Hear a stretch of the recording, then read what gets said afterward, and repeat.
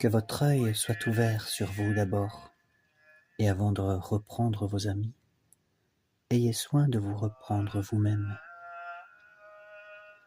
Si vous n'avez pas la faveur des hommes, ne vous en attristez pas, mais que votre peine soit de ne pas vivre aussi bien et avec autant de vigilance que le devrait un serviteur de Dieu. Il est souvent plus utile et plus sûr de n'avoir pas beaucoup de consolations à cette vie, et surtout des consolations sensibles. Cependant, si nous sommes privés de consolations divines, ou si nous ne les éprouvons que rarement, la faute en est à nous, parce que nous ne cherchons pas la componction du cœur, et que nous ne rejetons pas entièrement les vaines consolations du dehors. Reconnaissez que vous êtes indigne des consolations de Dieu et que vous méritez plutôt de grandes tribulations. Quand l'homme est pénétré d'une parfaite componction, le monde entier lui est alors amer et insupportable.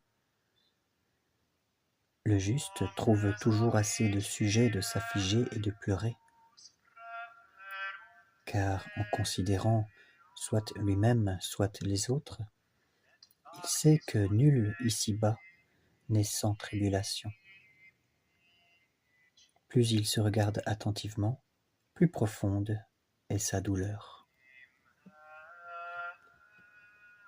Le sujet d'une juste affliction et d'une grande tristesse intérieure, ce sont nos péchés et nos vices, dans lesquels nous sommes tellement ensevelis que rarement pouvons-nous contempler les choses du ciel.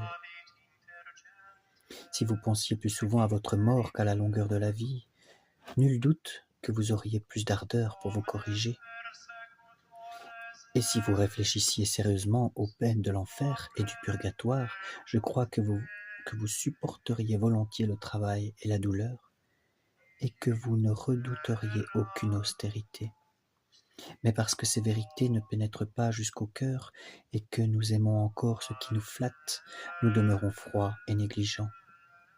Souvent, c'est langueur de l'âme si notre chair misérable se plaint si facilement.